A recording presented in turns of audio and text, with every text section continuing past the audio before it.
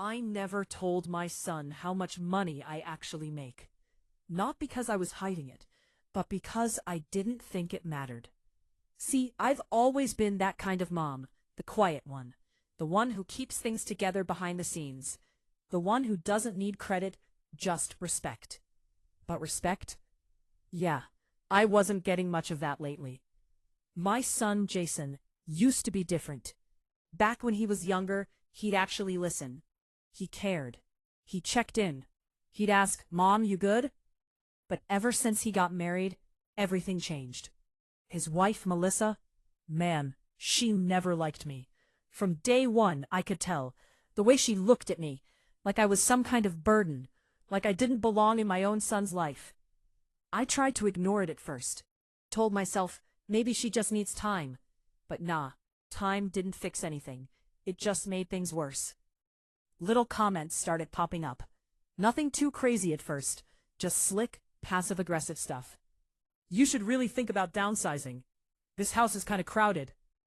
Don't you think it's time for more independence?" Yeah, independence.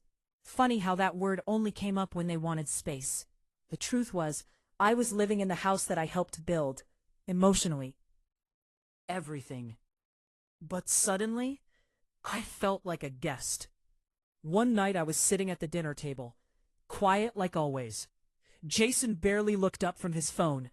Melissa was scrolling through something, smiling to herself. And then she said it.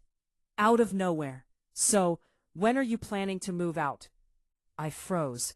For a second I thought I heard her wrong. "Excuse me?" I said. She didn't even look embarrassed. Didn't hesitate. "I mean, it's just getting a little crowded. We need our space." I looked at my son, waiting for him to say something, anything. "Mom, she's not wrong," he said. Just like that. No hesitation. No respect. That hit different. I felt something in my chest drop. Not anger, not even sadness at first, just disbelief. Like, did my own son really just say that to me? I spent years raising him, sacrificing everything. Late nights, extra shifts, missed opportunities. And now I was just in the way. I nodded slowly, didn't argue, didn't raise my voice. Because sometimes, silence says way more. That night I went to my room, sat on the edge of my bed, and just stared at the wall. And that's when I started thinking. Not emotionally, strategically. Because here's the thing they didn't know. I wasn't broke. Not even close. I wasn't struggling. In fact, I was making over $80,000 a month. Yeah, $80,000. Every single month. But I never told them. Because I wanted a real relationship, not one based on money. And now I realized something. They didn't value me when I had nothing to offer them. So why should I give them everything now? That night, I made a decision, a quiet one. The kind that changes everything, without anyone seeing it coming. I wasn't going to argue. I wasn't going to beg to stay. Nah, I was going to leave. But not the way they expected. Because sometimes, the best way to teach someone a lesson is to let them think they won. The next morning, I packed my bags, and what I did next? Yeah, they were not ready for that. The next morning, I didn't cry. I didn't argue. I didn't even say goodbye. I just got up, made my coffee like I always do. Same mug. Same routine. Like nothing had changed. But everything had. Jason and Melissa were still asleep. The house was quiet. And for the first time in a long time, so was my mind. No emotions. No hesitation. Just clarity. I walked back into my room, looked around slowly. All those memories. Years of my life in that space. And just like that, I started packing. Not everything, just what mattered. Because the truth is, when people show you who you really are to them, you stop holding on to things that don't matter.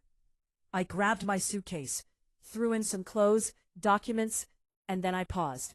For a second, I thought about leaving a note. You know, something emotional. Something that might make them feel guilty. But nah. People who don't value you don't deserve explanations. So I left, silently, walked out the front door, closed it behind me, and didn't look back. Now here's where things get different. Because I didn't just leave. I executed a plan. See, while they were busy treating me like I had nothing, I had already built something. Quietly, smartly. For years, I'd been investing. Online businesses. Passive income streams.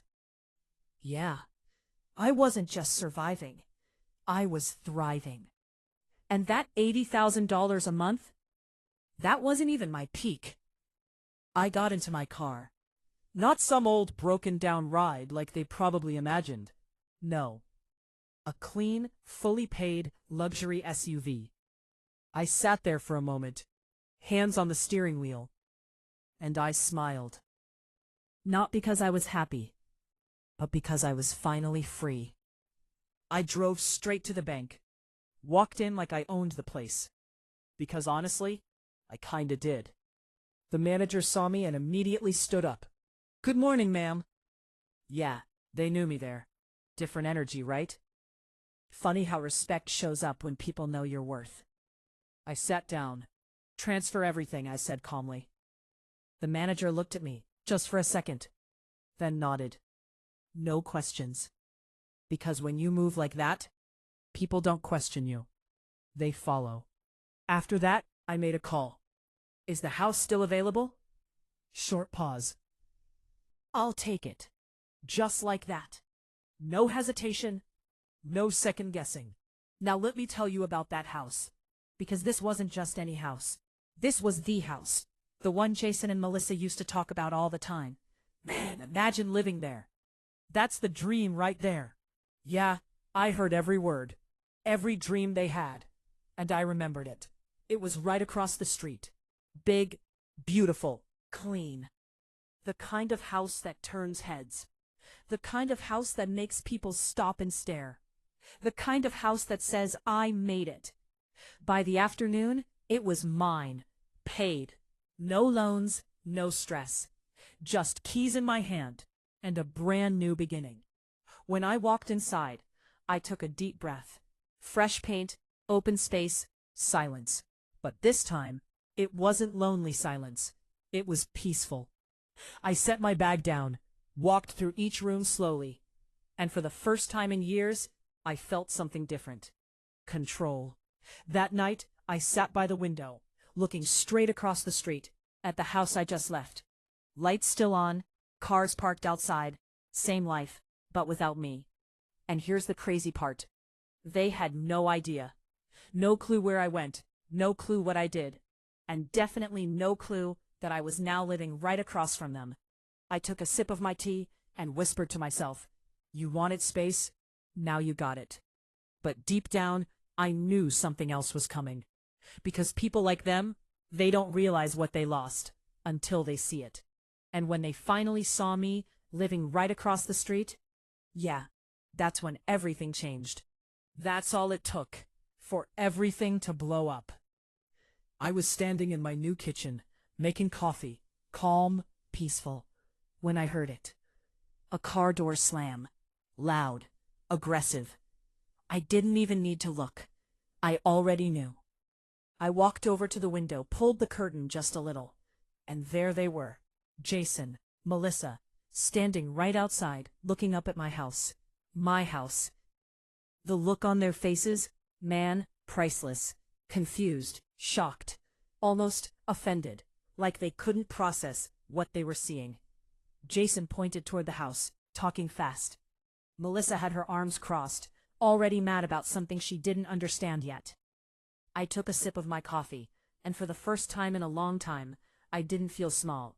I didn't feel unwanted. I felt in control. Then the doorbell rang. Not once, not twice, but 3 times. Back to back, like they were trying to break it. I didn't rush. Nah, I took my time, walked slowly to the door, paused, then opened it. Jason was the first one to speak. "Mom, what is this?" No hi, no are you okay? Just questions, just confusion. Melissa stepped forward. Her tone? Still disrespectful. Still entitled. I leaned against the doorframe, calm, relaxed. This, I said. It's my house. Silence. Heavy silence. Jason blinked like he didn't hear me right. Your house? I nodded. Yeah. I bought it. Melissa let out a short laugh. Not a happy one. Oh, please. With what money? There it was. The same energy. The same disrespect. I looked straight at her. With mine. Jason's face changed. Not fully angry, but something cracked. Mom, what are you talking about? I stepped aside slightly. Y'all want to come in? They hesitated, but curiosity always wins. They walked in. And just like that, their whole energy shifted. The house was clean, modern, expensive. Everything about it screamed money, real money. Melissa's eyes were scanning everything, the furniture, the decor, trying to figure it out, trying to connect the dots. Jason turned to me again. Mom, seriously, what is going on? I walked past them, sat down on the couch, and crossed my legs. I make money, I said simply. Jason frowned. How much? I looked at him, held eye contact for a second, then said it. About $80,000 a month. Boom. You could literally feel the air change. Melissa's mouth opened, but no words came out. Jason just stared at me, like he was seeing me for the first time. I shrugged. Yeah. How long? He asked. Long enough. Silence again. But this time, it wasn't confusion. It was realization. Melissa finally spoke. So you've been sitting on all that money, and you didn't help us. I smiled slightly, not out of happiness, but clarity. Help you? I repeated. Jason looked uncomfortable. Mom, that's not what she means. But I raised my hand. Nah, let her talk. Melissa stepped forward. You lived in our house, and never once thought to contribute more? That's when I laughed. For real this time. Your house? I said. Jason looked down. He knew. You mean the house I helped pay for? Silence. Again. Melissa's face tightened. She didn't like that. Not one bit. Jason rubbed his face. Mom, why didn't you tell me?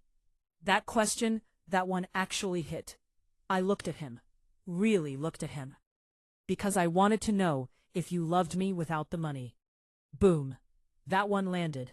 Hard. Jason didn't say anything. He couldn't. Yeah, she went quiet too.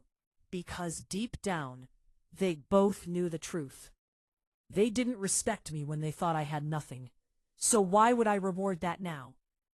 I stood up slowly, walked toward the door, and opened it. Y'all should go. Jason looked up. Mom. But I didn't move. Didn't soften. Because sometimes, love doesn't mean letting people walk over you. Sometimes, it means teaching them a lesson they'll never forget. But later that night, there was another knock on my door. And this time, everything changed.